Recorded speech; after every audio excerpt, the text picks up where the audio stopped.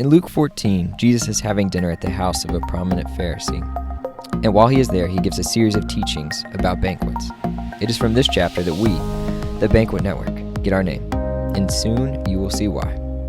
Jesus is quite the disruptive guest at this meal. The occasion starts off by Jesus healing a man on the Sabbath, which the Pharisees don't know how to handle. Jesus then rebukes all of the attendees for choosing seats of honor, which expose their deep pride and lack of humility. And then Jesus turns to the host and says these words: "When you give a dinner or a banquet, do not invite your friends or your brother or your relatives or rich neighbors, but invite the poor, the crippled, the lame, the blind." Jesus then goes on to tell a parable about a man who was giving a great banquet, and all of his invited guests made excuses for attending. They cited property, possessions, and family obligations as reasons they couldn't come. After receiving these rejections, what the host in the parable does next is to go to the highways and hedges and bring in the poor, the crippled, the blind, and the lame. At this meal, Jesus teaches us some important principles about being God's people. Part of being like God and following God is to intentionally invite those with disabilities, those on the margins of society, to our gatherings. When we do church, we are to make sure that our invites are going out, not just to the popular, prestigious, and powerful, but also, and even as a priority, to those on the margins and to those with disabilities. Today's church, both in the U.S. and worldwide, is not obeying this mandate. Estimates are that 95% of people with disabilities never hear the gospel in their lifetime. Most people and families impacted by disability don't attend church, and many of those who do have been asked to leave. When they do participate in church, people with disabilities are rarely serving and rarely leading. They are not seen as essential parts of Christ's body.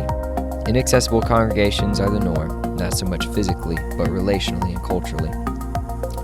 The Banquet Network exists to equip churches to include people with disabilities. We want to work together to address this gap between our reality and what Jesus called us to in Luke 14. We walk with churches, step by step, as they take little steps towards inviting and including people with disabilities in their church.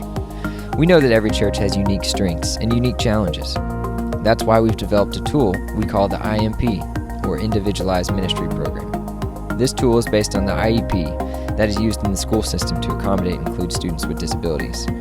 Our team of coaches work directly with churches to create their own individualized ministry program, in which they discern how they are going to reach, serve, and include people with disabilities in their context.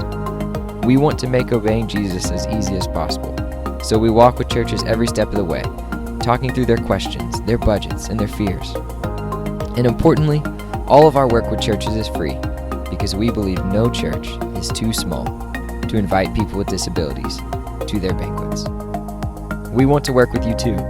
If you can get a few people in your church to set aside a few hours for a few months, we can help you make and implement a plan for disability inclusion. Disability inclusion doesn't have to be big. It doesn't have to be expensive, and it doesn't have to be difficult. We'll come to you, we'll walk with you, and stay with you along the way. Let's work together to invite more of our world to Jesus.